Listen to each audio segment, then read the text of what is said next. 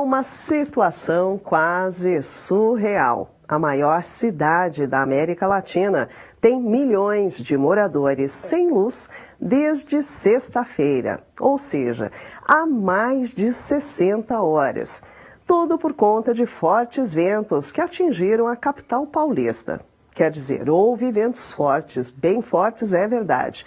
Mas conforme levantamento feito pelo Reinaldo Azevedo em sua coluna no UOL, nem dá para dizer que eles, os ventos, tenham sido tão generalizadamente fortes assim. Apenas em alguns pontos da capital, as rajadas realmente ficaram na vizinhança dos 100 km por hora. Na maior parte da cidade, porém, houve ventania, mas ela não foi tão dramática também. Então, o que explica o fato de vários bairros, ruas e avenidas de São Paulo ainda estarem sem luz?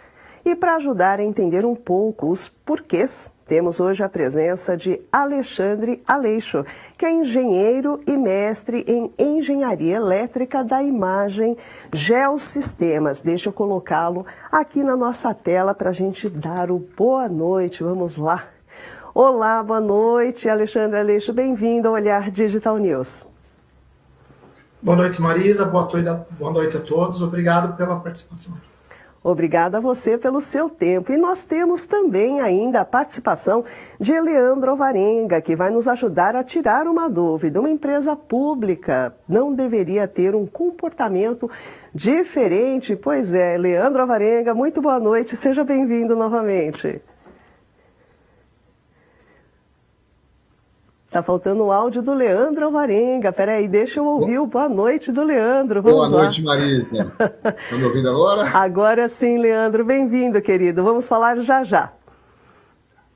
Vamos sim.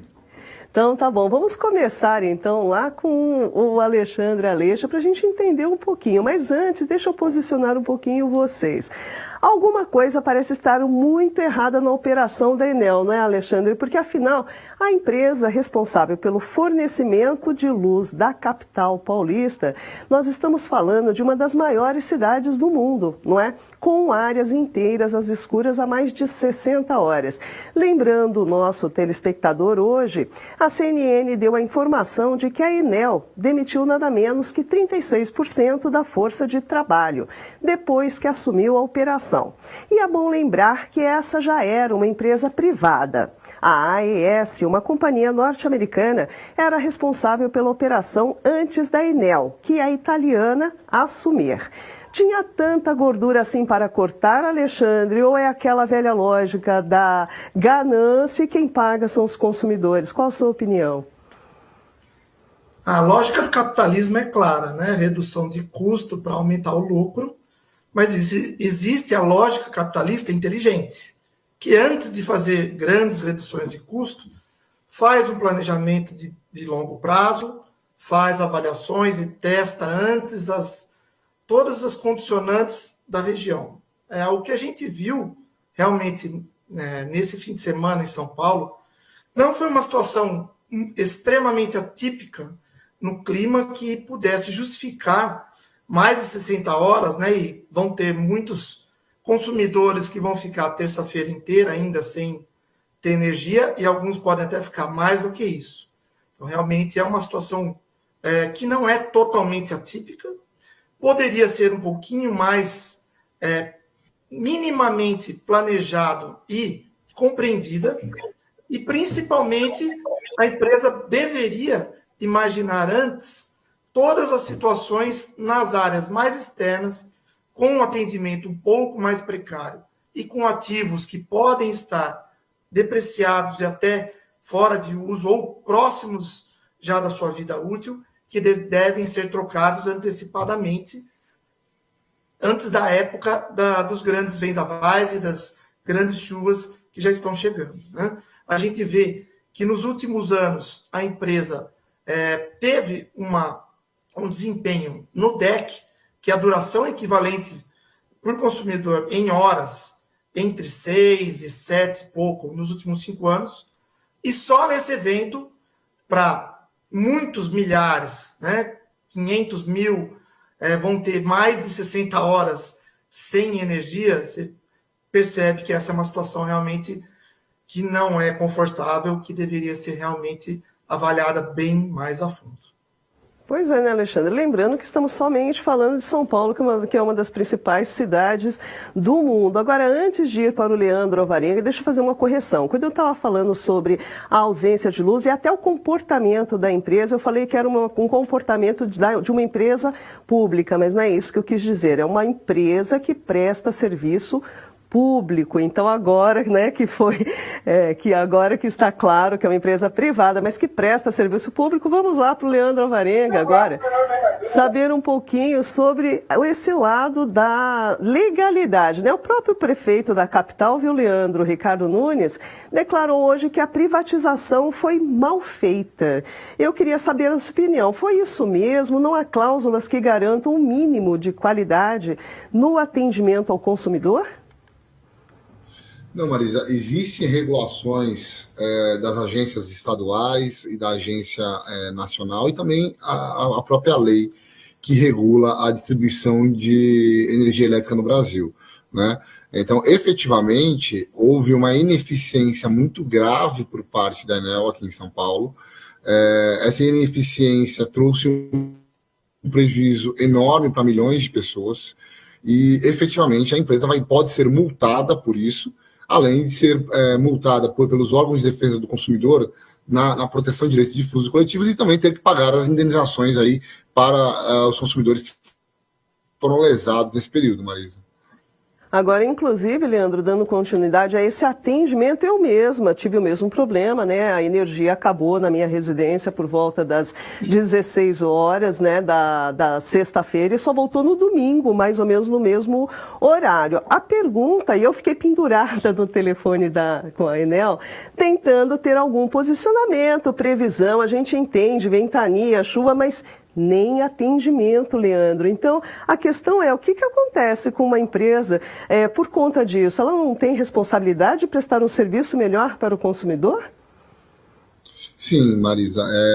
Como eu disse para você, ela pode sofrer multas do poder público, né, dos órgãos reguladores, e também multas pela falha na prestação de serviço. Ela é um serviço essencial, é importante dizer isso, a energia elétrica não é considerada um serviço comum, ela é considerada um serviço essencial. Nós temos aí regiões onde pessoas estão em home care, pode trazer risco à vida de pessoas em hospitais, além dos prejuízos aos negócios e também aos prejuízos particulares, né?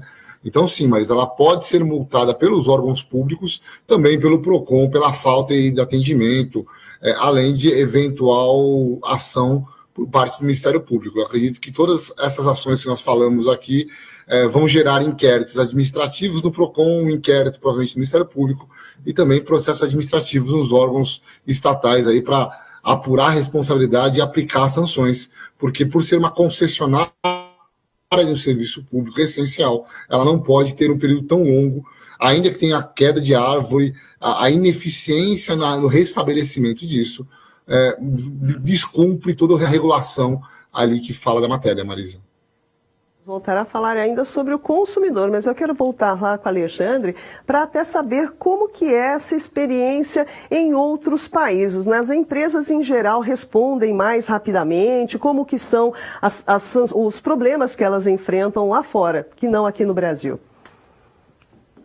A palavra que mais se ouve no setor, no mundo inteiro, nas grandes empresas pelo mundo, é resiliência de rede. É a rede poder aguentar as intempéries e todas essas mudanças de clima que nós estamos enfrentando. Tá? Mas a resiliência passa muito, muito pelo planejamento. Então, o que as empresas do mundo afora têm mais investido? É no planejar o que, o porquê e o como. Né? Se a rede consegue suportar até um determinado limite, e a partir desse limite vai haver alguma interrupção, então deve se preparar com antecipação. Isso coordenado com os órgãos de defesa civil e etc., outras concessionárias também dispondo de dados, não só de meteorologia, mas as equipes, os dados das outras empresas, da defesa civil e de toda a sociedade que pode apoiar nesses momentos mais difíceis. Tá? Além disso, é importante fazer um investimento adequado para que a rede realmente suporte, tenha condições de ser chaveada e tenha outros caminhos para a energia, tanto quanto for necessário para que ela suporte situações mais agudas. É claro, nenhuma rede vai suportar 100% das situações, mas ela tem que estar preparada para suportar o máximo possível e para retornar o mais rapidamente possível. Não só investimento na rede, mas também investimento em pessoal, nas equipes, que tem que estar em campo para poder fazer desligamentos e religamentos assim que necessário. Agora, Alexandre Aleixo, são mais de 60 horas as pessoas sem ali aquela necessidade básica atendida. Acho que é a primeira vez que numa grande cidade fica tanto tempo assim. Essa privatização, você acredita que tenha sido um dos motivos? Ou seja, realmente foi mal privatizado? Como que você entende isso? A privatização é um processo que você usa quando o setor público não tem capacidade suficiente para investir em um determinado setor. Eu entendo que o setor elétrico, ele além de ser altamente regulado, ele tem uma capacidade muito grande de se auto-investir. Não creio que a privatização em si seja uma resposta para um melhor atendimento. Se ela for bem feita, se tivermos todos os cuidados, e eu digo que o setor elétrico tomou muitos cuidados, e ele já foi privatizado há muito tempo, tomou muitos cuidados para que não virasse uma privatização só com ganhos expressivos para as empresas, você pode ter uma situação boa. Mas o que a gente tem visto no Brasil é que muitas privatizações foram apenas uma entrega do patrimônio público e não uma melhora efetiva do serviço público, que são essas concessões, tá?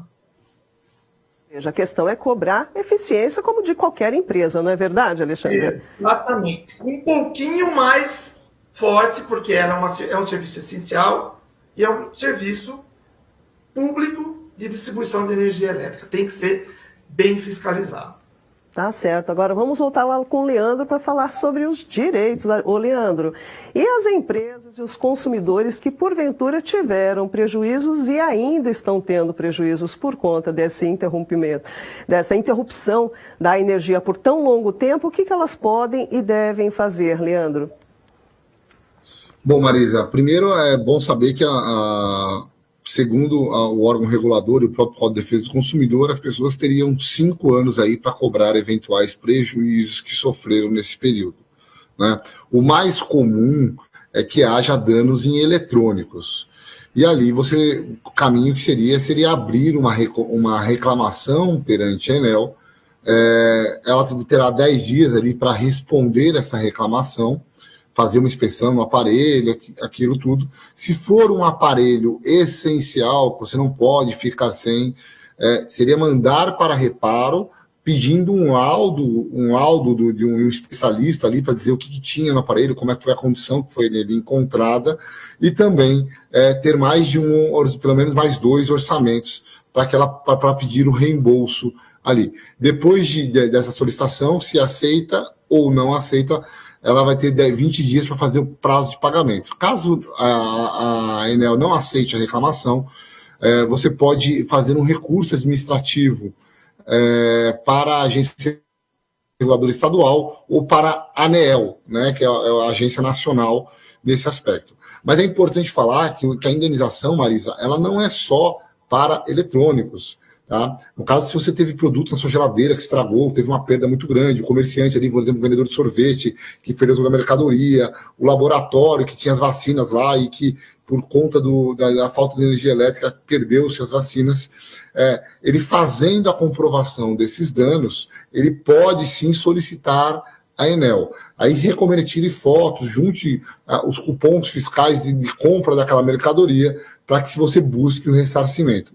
Caso a Enel não aceite fazer esse ressarcimento, tem que abrir uma reclamação na ANEEL, né, na Agência Nacional, também abrir no PROCON, ou, dependendo do valor ali, já procurar a justiça imediatamente, Marisa. De qualquer forma, não é, Leandro? A empresa ainda precisa se posicionar a respeito, não? Sempre se busque uma solução administrativa, né? Peça, mesmo porque vai ser muito mais rápido que um processo judicial, né? Ela tem 10 dias para responder a sua solicitação.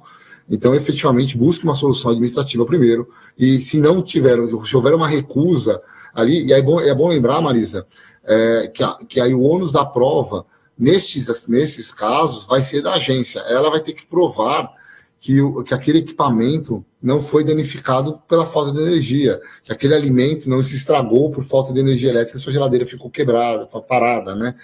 A prova é dela. Efetivamente, você tem que mostrar que teve o dano e o custo desse dano.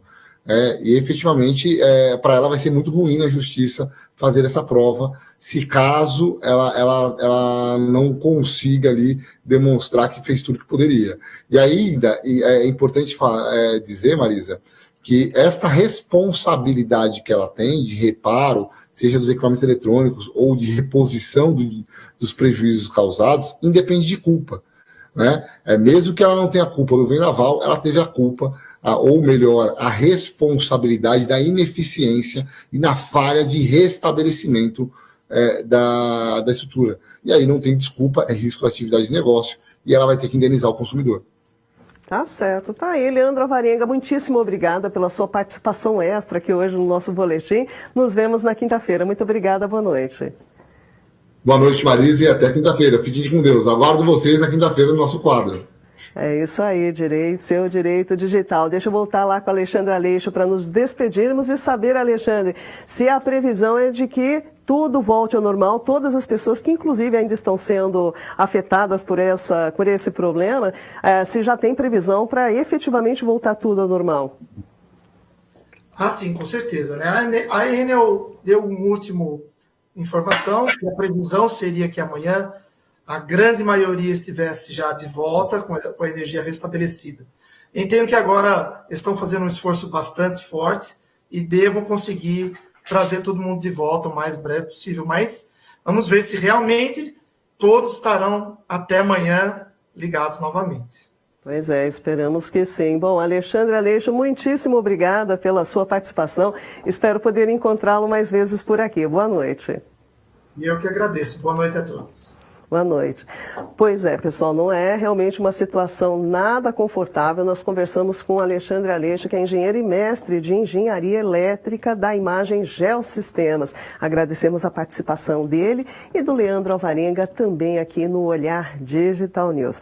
Vamos acompanhar agora o que o poder público vai fazer e se a luz realmente, como foi dito, volta mesmo para todo mundo, não é?